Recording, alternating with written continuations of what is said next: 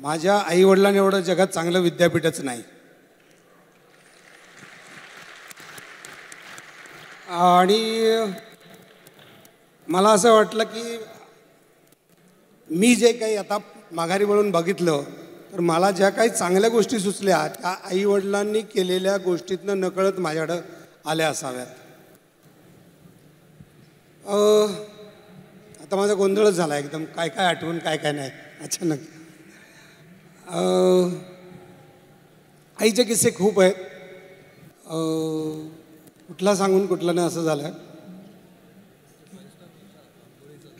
आईचा किस्सा जो नेहमी मला जास्त चांगला वाटतो तो, एकदा मी आईला सिनेमा माझा भारती नावाचा सिनेमा 100 दिवस झाले त्याला, पहिलाच मी सिनेमा केला आणि तो 100 दिवस चालला आणि माझा टायटल रोल. आणि आईला मी घेऊन गेलो विमानातनं.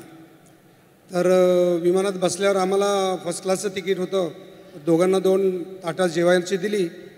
तर आई म्हटली त्या एअर होस्टेसला, ए बया इकडे ये. तर सगळे असे बघायला लागले, ही अशी 9वारी साडीतली बाई काय बोलते. तर म्हटलं काय बयाला बाई बोलली, अजून काय चुकलं तिचं, बोलू दे बरोबर आहे तिचं. तिला बोलवलं आणि ती म्हटलं की हे जेवण आहे ना 2 ताटं नको आम्हाला, एक बस झालं, दुसरं घेऊन जा. तर ते एअर होस्टेस म्हणली नाही नाही राहू द्या ना, काय हरकत नाही, असू द्या असू द्या. नाही नाही कशाला वाया घालवते, कुठल्या तरी गाईच्या मुखात जाऊ दे ग, असं नको वायाला घालू. तर मला इकडे बघावंसंच वाटलं, म्हटलं काय ग्रेट विचार आहे यार, काय बात आहे, आपल्याला प्राऊड आहे आईचा. नंतर गेलो हॉटेलवर गेलो तर एकदम 5 स्टार हॉटेल, टब वगैरे मोठा, असा मोठा सूट रूम वगैरे. तर आईला आंघोळीला जायचं होतं, तर ती गेली, टब बघितला, ती म्हटली अरे इथं बादली दिसत नाही. तरी म्हटलं बघ हा टब आहे ना, हा नळ सोडला गरम पाणी येतं, हा सोडला की थंड पाणी येतं, आणि इकडे साबण आहे, असं आहे तसं आहे. तरी म्हणली मी काय म्हस आहे ह्या ढवात बसायला, एका बादलीत आंघोळ होती आणि एवढं 10 बादल्या वायाला घालवायचं, ह्यांना काय अकल आहेत का नाहीत. म्हणलं काय ग्रेट विचार आहे यार, लय भारी काम वाटलं आईचं मला. तर असे आईचे किस्से खूप आहेत.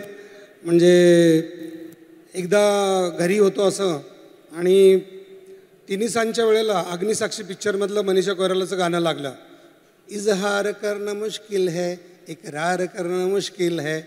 तर आई म्हणली हिला हीच येळी भेटली बाई अंग ह्यांदळायला, तिन्हीसांच्या वेळेला दिवा लागायची टाईम, आता ही तर अंग ह्यांदळत बसली, बंद करायचं TV आणि दिवा लावा घरात. किती साधी गोष्ट आहे, किती चांगली गोष्ट आहे.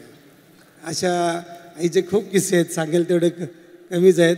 म्हणजे तिनं मुंबईला घरी आली तर एकदम 50 माळ्याची बिल्डिंग, आरे कॉलनीच्या बाजूला घर, तिकडे बाजू मोकळी, तिकडे आरे कॉलनीत जागा मोकळी आहे ना. आई आली आणि म्हटली अगं बया बया ह्या वय बिल्डिंगमध्ये राहतोस तू, एखाद दिवशी इमान दिल ठोसला म्हणजे कळेल तुला, हिथं एवढी मोकळी जागा, हिथंच एखादं घर बांधलं असतं तर काय झालं असतं. एवढं उराव, एकमेकाच्या उराव बसल्यासारखे माळ्यावर माळे माळ्यावर माळे माळ्यावर माळे घातल्यात. तर असे भरपूर किस्से आहेत. येस, हां, लाख रुपयाचा किस्सा एक सांग म्हणतोय. तर एकदा मी शूटिंगमधनं आलो आणि सकाळी 9 वाजता बोललो ना, एक शॉट बाकी होता फक्त, असं बघायचं होता. तर तो जाता आईला घेऊन चाललो होतो पुण्यावरून सातारला. तर तिथं रस्त्यात पुण्यात शूटिंग केलं आणि बसलो गाडीत. तर ते काय 1 लाख रुपयाचं असं बंडल दिलं होतं, ते असं होतं. तर मी काढलं ना, आईला म्हटलं ठेव. ती म्हटली कसले, आता नाही का म्हटलं शूटिंगला गेलो त्याचे दिले एवढे. म्हटलं हो, पण तू आता 2च मिनटं तिकडे गेलो होतंस ना. हो म्हटलं दिले त्यांनी एवढे, मला त्यांना एक अक्कल नाही, पण तुला अक्कल नाही वे, एवढे पैसे कशाला घ्यायचे. तर म्हटलं अशी आई अशा पद्धतीने जगाकडे बघायला लावणारी आपल्याला आई होती. तर मला त्याचं ग्रेटनेस होतं की माझी आई माझ्या आयुष्यातनं जायला नाही पाहिजे, कुणाची पण आई कोणाच्या आयुष्यातनं जाऊ नये.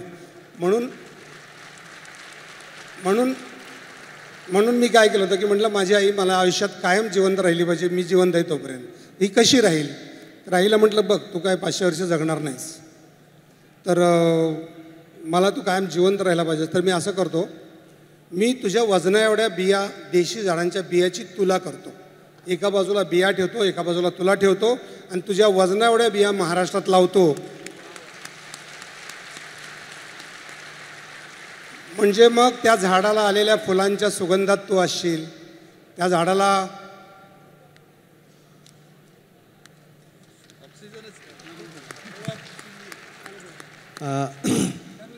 फळामध्ये दिसशील, सावलीत दिसशील आणि तू अशी कायम राहतील. म्हणून मला झाडं लावण्याचं मी काही सामाजिक कामं करत नाही, मला आवड आहे ती म्हणून. आणि आईला मी वचन दिले की तुझ्या वजनाएवढ्या बिया लावीन म्हणून, आणि म्हणून आपण ते काम करतो. मला वाटतं प्रत्येकानं आपल्या आई वडिलाचं ऋण फेडायचं असेल तर माता आणि दुसरी धरती माता ह्याच्यावर जगात कुठली मोठी गोष्ट नाही. तर तेवढं आपण सांभाळलं तर बस आहे, आपण खूप मोठे झालो. धन्यवाद. एबीपी माझा, उघडा डोळे बघा नीट.